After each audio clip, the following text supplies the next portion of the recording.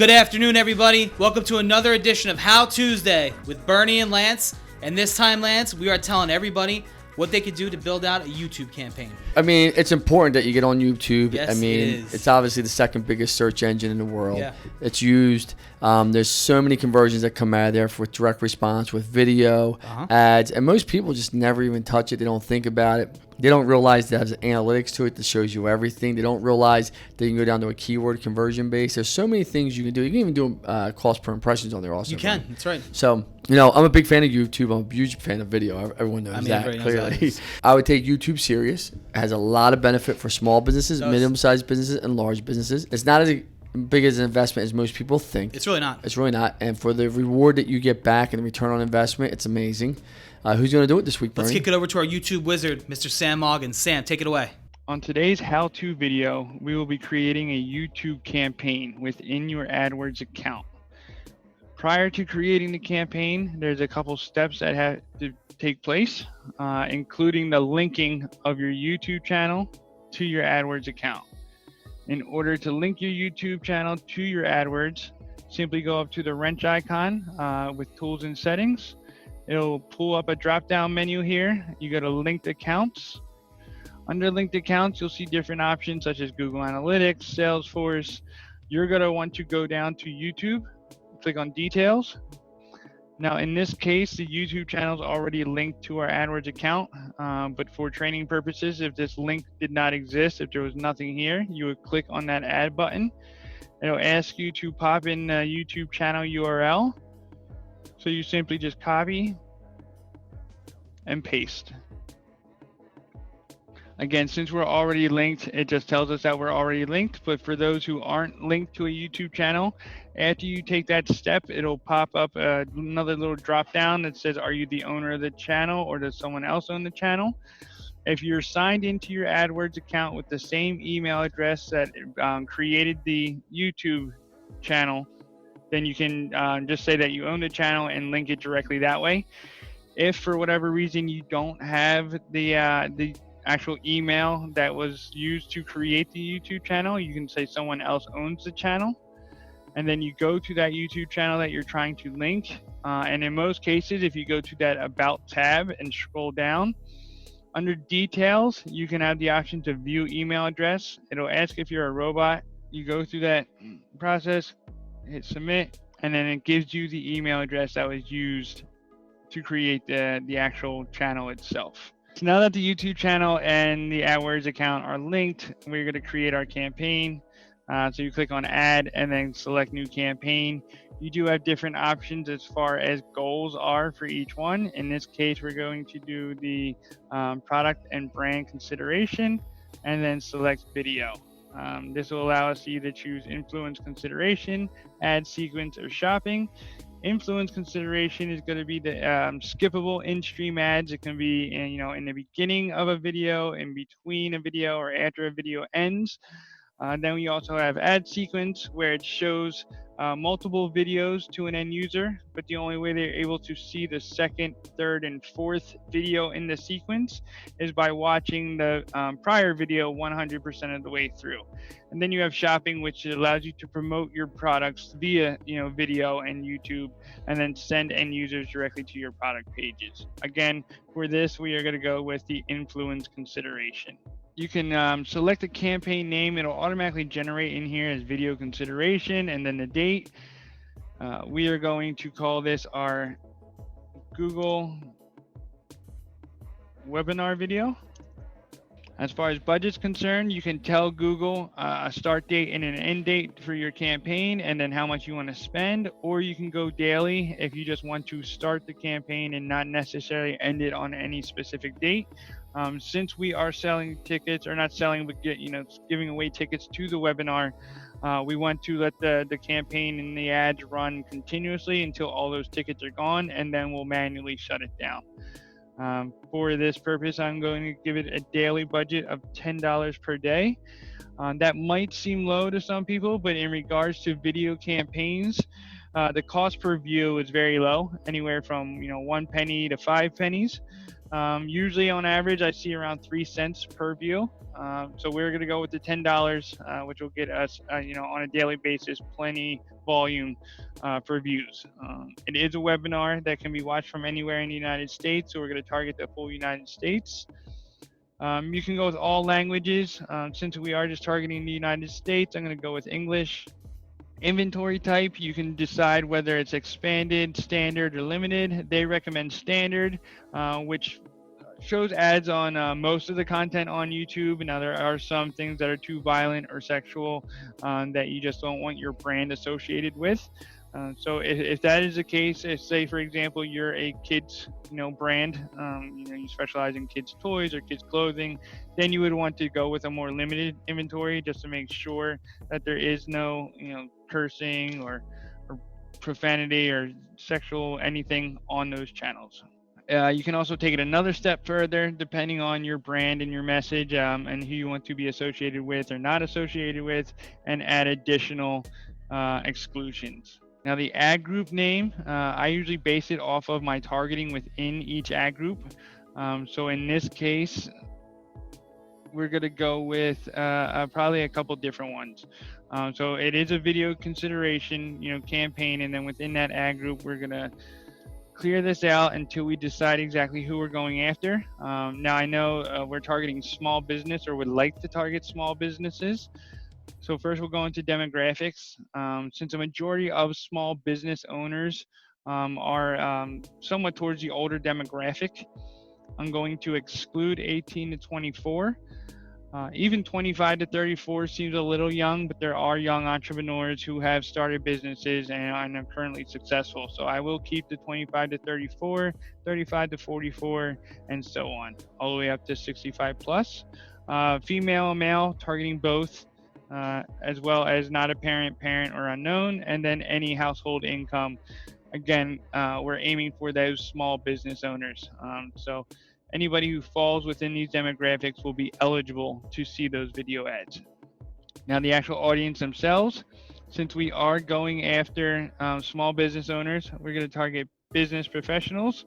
And the reason you're seeing these here, these are previous audiences used either on the display network or other video campaigns within our account. When you create your first campaign, you might not necessarily see anything here if you haven't used audiences in the past. If you do not see anything in here, it's not a red flag or it's not a negative, thing in any way. You can just go to ideas, or you can go to browse, and on the browse tab, it'll give you different ideas or different tactics that you can use, such as how they interacted with your business, or in market and life events, you kind of what's going on around them. So in this case, we have a couple different ones. So we have the infinity audience for business professionals. We got life events, somebody just created a business. Another life event recently started a business. And then we're also able to track different industries and specific industries. So we have manufacturing, financial, construction, healthcare, hospitality. And it also lets us target different employer sizes. Since we're going after small business owners, we're going to do small employer, which could have anywhere from 1 to 250 employees. Now, that being said, even though it is a Google webinar geared more towards that small business owner, it does and will have a lot of valuable information, especially in that Q&A. So I'm also going to target large employers and very large employers, just again because of the valuable information that they could obtain. I'm going to go with the technology industry, education industry, real estate. For this purpose, since it's small business owners, I am not adding the starting a business soon, since they don't actually have a business currently and they're in that whole creation process. Marketing is most likely not on the list of priorities for them to obtain right away. So I want to make sure that my ad is being seen by people that we think will take action. We could just simply go off of these audiences right here, which I most likely will do, but I also wanted to show the keywords, the topics, and the placement options as well. Keywords, just like it said, you can add in different keywords that people might be searching for on YouTube. In this case, since it is Google based, I might actually include Google webinars. So if anybody goes on YouTube, to look at different Google webinars, because Google does offer a lot and it has a lot of webinars, it'll also give us a chance to have them see our ad about the upcoming Google webinar. Topics, you can pick from a large category of different topics here. Now, as far as the actual definition that Google gives, targeting is a simple way to place your ads on web pages, apps, and videos about certain subjects. So what it's saying is that those web pages, those apps, those videos, the content within them are going to be related to the topics that you select over here on the left-hand side. Topics are based on broad industries or interests, such as agriculture and music. For example, by targeting the auto and vehicles topic, your ad may appear on websites, apps, or YouTube videos with content about cars and other automotive themes. Here's that cost per view I was mentioning earlier when we were putting in that $10 a day budget. Again, maximum cost per view ranges for the most part anywhere from 1 penny to 5 cents. So I'm going to put a bid in here of 3 cents, which you can change at any time. Now it's asking to incorporate the video itself. So you go to your YouTube channel, you get that video that you want to utilize, copy, paste, and then you can decide whether it's going to be a skippable in-stream ad or a video discovery ad. The difference between the two is the skippable in-stream ad is going to be the video ad shown prior to the video, the actual video the end user, the viewer was about to watch. It can show also in between that video or as well as the end of that video. Then the video discovery ad is a little bit different. It doesn't just show like right before the video, but instead it can appear on the YouTube search results next to related videos or on the YouTube homepage. They invite users to click on the thumbnail consisting of an image and some text to watch the ad. For our purpose here, we're going to go with the skippable in-stream. And then it's going to ask you exactly where you want to send viewers after they click on the video ad itself. You can either send them, to your YouTube channel or to a specific landing page on your website. We are going to a specific landing page on our website, which is going to be expressing that small business webinar with Google. We do utilize UTM wrapping. Not everyone does incorporate that, but that topic will be on a separate video as far as UTM tracking is concerned. Display URL, it's going to be what the end user actually sees. So for this part, we don't need that UTM, and we simply just need to display oneseo.com/Google webinar. That way the end user knows exactly what they're clicking on and has a good idea of where they're headed by clicking on that video ad. You can either you can put in a call to action or not. So over here on the right hand side is what it will look like. If you do a call to action, then it's going to pop up with that button. We will incorporate a call to action here. Since we are trying to get signups for the small business webinar, our call to action or CTA will be sign up. Headline, so that's going to be right here where you see the name Lance Bachmann. Now the ad name, this is for pretty much for your eyes only. For what I normally do is I'll take the actual name of the video itself.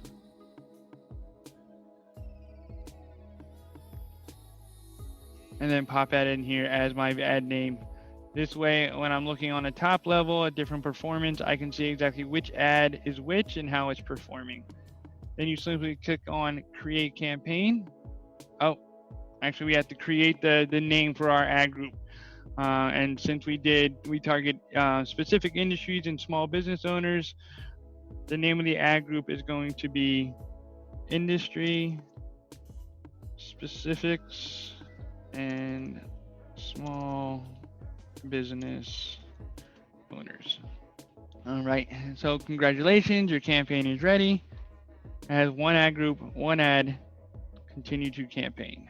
So now your campaign is live. It's your video campaign. It's on YouTube. You'll be able to monitor different performance metrics such as the number of views, your average cost per view, how many times the actual video ad was shown under impressions, your view rate. So after it was shown so many times, how many people actually watched it, Another good thing about video campaigns that allows you to break it down even further is if you go to views. And once this is up and running, we'll be able to see exactly how many people watch the video 25% of the time, 50% of the time, 75% of the time, and then how many people watch it 100% all the way through. We'll be able to see the number of clicks, we'll be able to see the number of views, and we'll be able to see the number of earned views as well as conversions.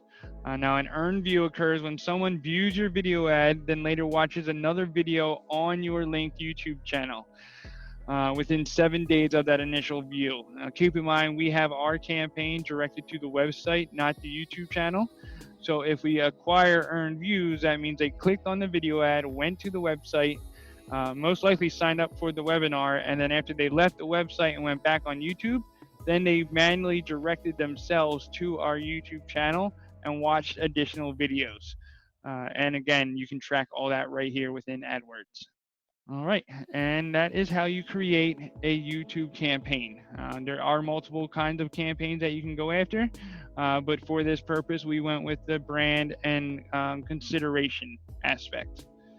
As always, if there's any questions, do not hesitate to reach out to One SEO. All right, Sammy, thank you very much. Very informative. Perfect as usual. Lance, anything else for the people? Have fun making videos. Make sure you put them on YouTube. Run those ads. Also run organic YouTube videos too. Have fun. We'll see you tomorrow.